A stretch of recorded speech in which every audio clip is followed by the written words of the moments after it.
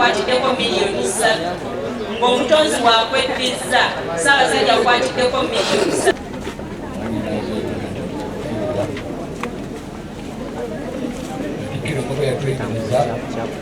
Yes, Mulumba Lukaga Meya wa Chinga Town Council nga ndine kansala Nsembusi Michael yatwala ekitundu kino wetuli era tukwebaza sewe bali kutuwa kitundu okusookera ddala nebaza Ssaabasajja Kabaka olw'okulengerera ewala n'abeera nga asobodde okulaba ekintu ekiremye gavumenti ya Uganda okulaba emabegako nayimba nti abantu bakoowu badde n'oluyimba lwendeeta nga luyitibwa ti abantu balalu kansooke ndupozinga endeeta oluyimba oluyitibwa nti abantu balwadde ekituufu abantu balwadde twakunze abantu bano okujja wano mu lusiisalo by'obulamu nga manyi bajja kujja abantu nga 6 ate bakaddekadde abalwadde okuva ku baana abato mpaka ku bakadde abantu bonna bayisibwa emitwalo ng'ebiri kyokka nga bajja be bagenda ekyo kitegeeza nti minisitule ya health yonna esaana kujjawo ne bakwata sente ne zijja mu Buganda Kingdom ezige budget negende wa Kabaka Kabaka asobole okujjanjaba abantu na Kabaka bajjanjabe ku bantu ab'obwerere bano abantu bennyirinyiri bali mu bitundu byaffe nga bajja mu malwaliro tewali ddagala ne bakona n'endwadde abantu bali wano abasinga bagenze babuuka abamu babakebedde ne bagamba nti nze mbadde simanyi ne buno obulwadde bunnuwa kyokka nga olujja bagenda mu malwaliro agaffe aga gavumenti n'olwekyo Ssaabasajja weebale nnyo okulengerera ewala tuli ku nsonga za Buganda Ssemasonga 5 Buganda twagala gitwala ku ntikko naye tesobola genda ku ntikko ng'abantu balwadde bwe bati tetumanyi na gavumenti eno lwaki yakyawa abantu baayo okutuuka ku kino abantu basobola kulwala ne batuuka ku mbeera eno nga mwe muli eyo mutambulira mu ZSC ekyo tekiriiwo n'olunaku n'olumu Obwakabaka tusaana ddooza tuddeyo oba mu federal system tubeere nga bitundu byaffe ffe tubyekolako ng'Obwakabaka bwaffe bwe busobola okujjanjaba abantu baabo abantu bawangaalanga edda babeeranga bafa ku myaka 9-10 naye kati abaana bafa ku myaka 40-55 baali badde myaka 3 baali badde nga tebafa naye endwadde eno yeekomeka kweneno nejja kweno kakananga zimusinziza amaanyi ng'afudde twebaza Ssaabasajja Kabaka we bali kulengerera wala awangaale nnyo Ssaabasajja Kabaka wa Buganda.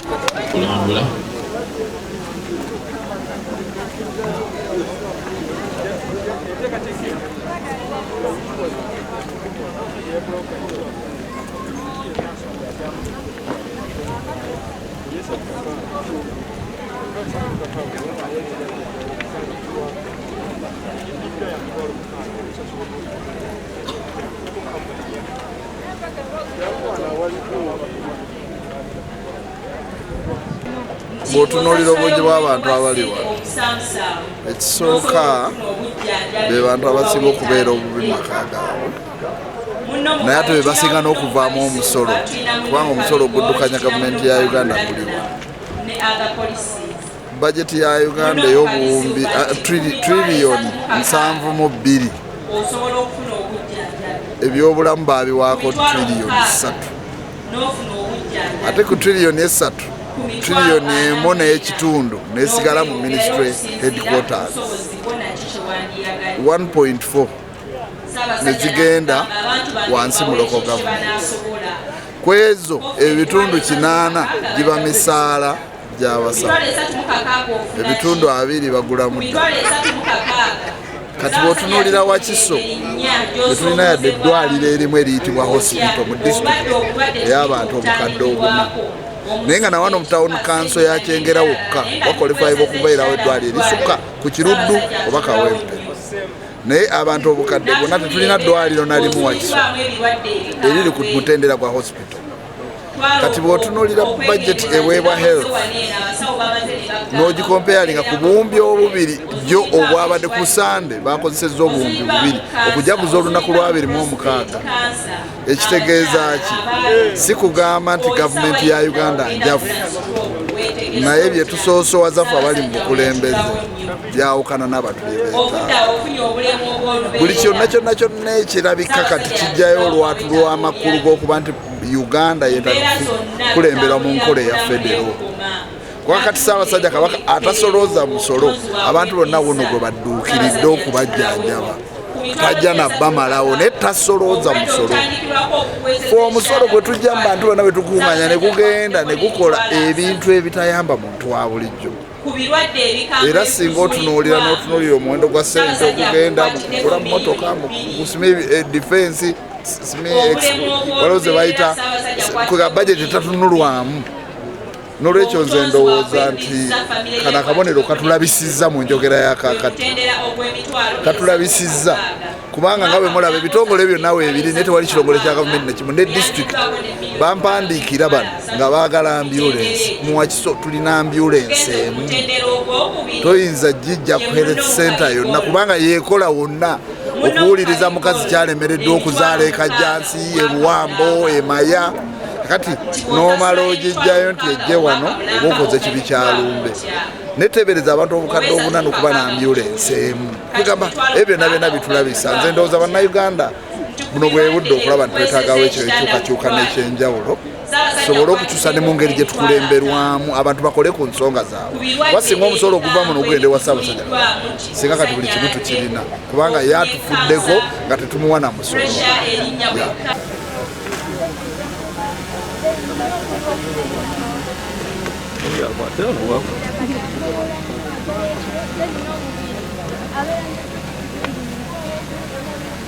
Ennaku ebbiri zitumala zokka era Ssaabasajja katubuza baayogera amaanyi n'ensonga enkulu nti wandibaddewo ensi gavumenti okulaba ng'erabirira abantu bano bonna buvunaanyizibwa bwa gavumenti okulaba nga tufuna obujjanjabi buno.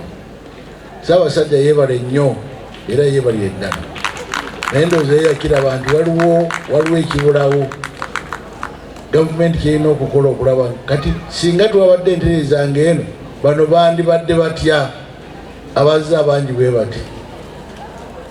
Awo tusabe mu bimu ku bakadde baffe aba paalamenti ne kabineeti bye bakola ku ggwanga lino kwe kulaba nga ensonga y'obulamu esooswazibwa tufune amalwaliro agamala mu kitundu simanyi malwaliro ameka aga gavumenti agali mu busiro wano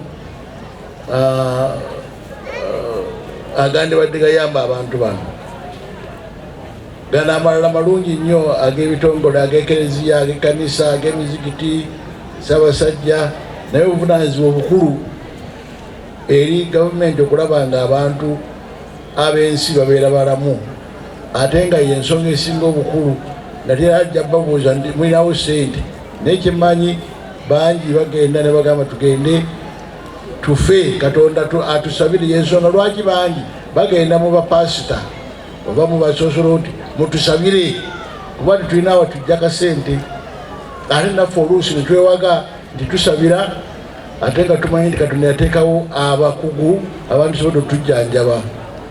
Awo nno Ssaabasajja tumwebaza okulaba nga ensonga eno agikutteko naye ate mu ngeri y'emu ne tugamba nti abalala balina obuvunaanyizibwa Ministry of Health ensonga eno egitunulemu mu bajeti y'ensi okulaba nga obulamu bw'abantu bulowoozebwako kubanga buvunaanyizibwa bw'abo abatutwala abakulembera ensi eno.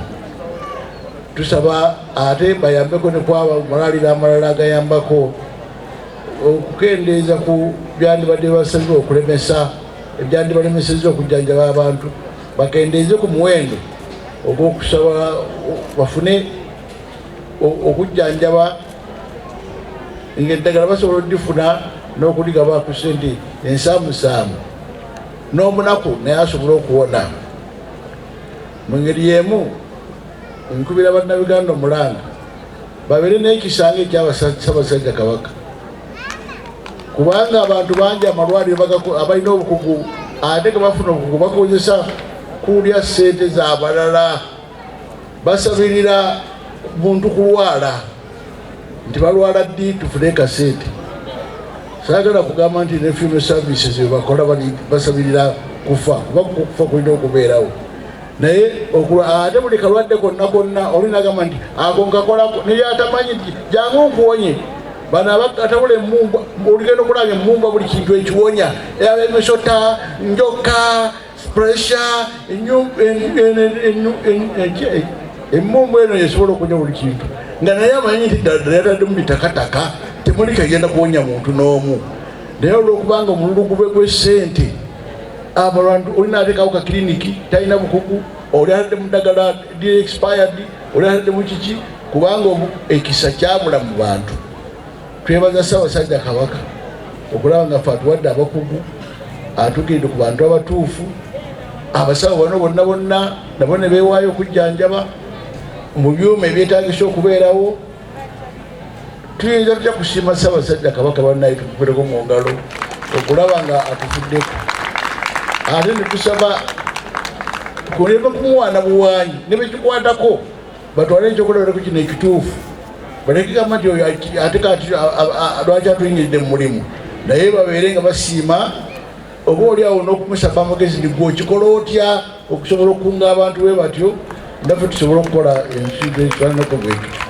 So Katikkiro omula webale nnyo ebale ddala ntereza eno era Ssaabasajja okulaba nga mugiteeka mu nkola nga bwe yasaba bwe yalagira, era tubagaliza okutambuza obulungi omulimu guno. Bannanga abalwadde mwebale kujja, bangi basigala eyo ne bagamba nti affe titwetaaga genda mu ddwaliro. Nze bajjajja baŋŋaana ogenda mu ddwaliro, omubiri tekukutiwaako mpiso. Ne musobola okujja ate bwe mujja ne mubeera balamu, tufuna amaanyi, tufuna obulamu okukola emirimu gya Ssaabasajja, emirimu gya Katonda, ate n'okendeeza endwadde okusaasaana. Twagala Uganda ebeere nnamu. Mwebale nnyo, mwebale eddala. Era nange ssebo Katikkiro nzikanya n'abo bonna bebaziza abasawo bano abamu bevudde mu bwevi ku lwabwe ne bajja bayambako mu kutuukiriza entereeza eno. Tusabire Ssaabasajja Kabaka awangaale. Okusooka naye tumwebaza nti kati bw'omutunako mu kifaananyi musajja mulamu ddala, era alina n'amaanyi mangi ag'okubeera ng'ayongera okulaba nga naye atuwadde ekyokulaba ekirungi ekiraga nti bw'olwala n'ogenda mu ddwaliro ojjanjabibwa n'owona n'otereera. Awo nno naffe tugenze okulaba nga tugenda kuba n'abakugu Omukama baatuwadde, tugende tujjanjabibwe ate tukole n'ebyo Ssaabasajja by'atukubiriza okukola. Mbaagaliza omwaka omujja ffenna Mukama atuwadde omukisa ntuyingira omwaka omujja ate mwaka gwa Jubileewo. Happy New Year. Katonda ajja kutuyamba naye Katonda yeyambye nga naffe tufuba okulaba nga tuli balamu ng'entereza bwe zibeera.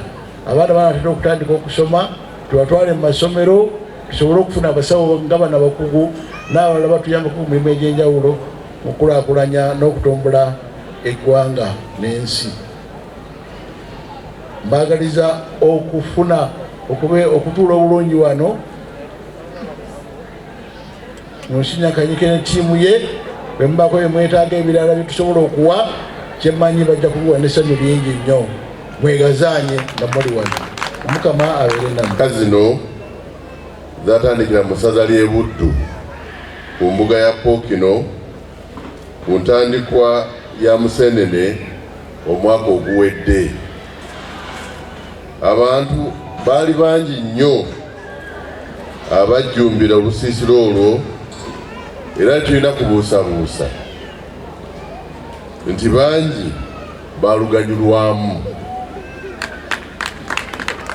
Tuddamu okwebaza abasawo ne bannamikago bonna be tutambula nabo mu nteekateeka eno egenderera okutumbula ebyobulamu by'abantu baffe. Ku mulundi guno olusiisira n'olukubiddwa ku ggombolola ya Ssaabagabo Nsangi okulina n'ekibuga, bwe tumanyi nti waliwo obwetaavu bungi mu by'obujjanjabi. Twebaza Ssaabasumba w'essaza ekkulu erya Kampala awamu ne Monsignor Lawrence Kanyike, Bwana Mukulu wa St. Joseph Parish Kyengera, olw'okwenyigira obutereevu mu nteekateeka zino n'okutuwa ekifo bwe tujjanjabidde abantu baffe. Tusiimye nnyo. Metropolitan Muzeeyi akiikiriddwa Vika ne bannaddiini bonna olw'okuwagira enteekateeka za Kabaka Foundation mu kaweefube gwe tuliko okukyusa obulamu bw'abantu baffe. Era twebaza n'ababiikira ab'e Bwanda naddala Nankulu olw'obuyambi obutuweereddwa mu by'eddagala n'obusawo. Tukubiriza abantu baffe okwongera okugoberera ebiragiro by'abasawo nga bwe mulambikiddwa n'okukuuma ebitundu byammwe gye mubeera nga biyonjo. Twebaza Ssebwana n'olukiiko oluteesiteesi olusa luno olw'enteekateeka ezikoleddwa olwaleero. Mwebale nnyo. Omukama abakuume. N'assaako omukono Ronald Mwenda Mutebi owookubiri Kabaka.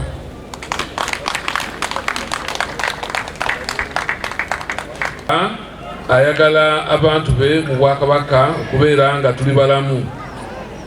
Njagala nnyo okumwebaza kubanga mu bintu eby'enjawulo bingi byafubye okulaba nga abiteerako amaanyi ekigambo ky'obulamu nakyo kyakumwanjo, ate nga ffenna twetaaga obulamu.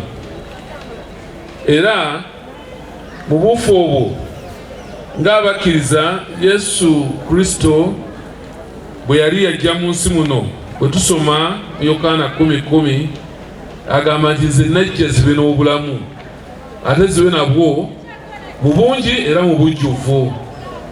N'olwekyo omuntu omulamu yasobola okukola emirimu. Omuntu omulamu yasobola okuba ng'agasa. Era ffe bwe tuba abalamu nkakasa nga Ssaabasajja Kabaka yakiraba nga lwe tuyinza okugasa Obwakabaka bwa Buganda okubeera nga tukola n'amaanyi gaffe era wamu n'eggwanga lyaffe erya Uganda. N'ekyo twagala nnyo okwebaza enteekateeka zonna Maama Minisita ezikolebwa okulaba ng'ebyobulamu bigenda mu maaso. Era naffe nga bannaddiini ensonga y'obulamu nkulu nnyo, era naffe twagala abantu baffe babeere balamu era tubabuulirira nga tubakumaakuma babeere nga basobola okubeera abalamu.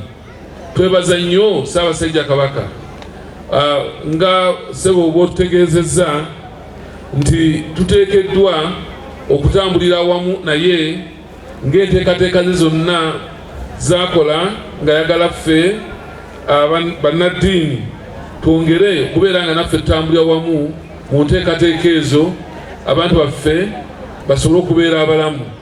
Njagala nnyo okwebaza era njagala nnyo okusiima abasawo baffe abali wano kubanga enteekateeka zino nga zikoleddwa wateekwa okubaawo ate n'abanatambulira mufu okujjanjaba abantu. Abasawo nga bategedde nti bazze dda wano bakoze omulimu bajjanjaba era nkakasa ng'okufuba kwammwe si kwa bwereere.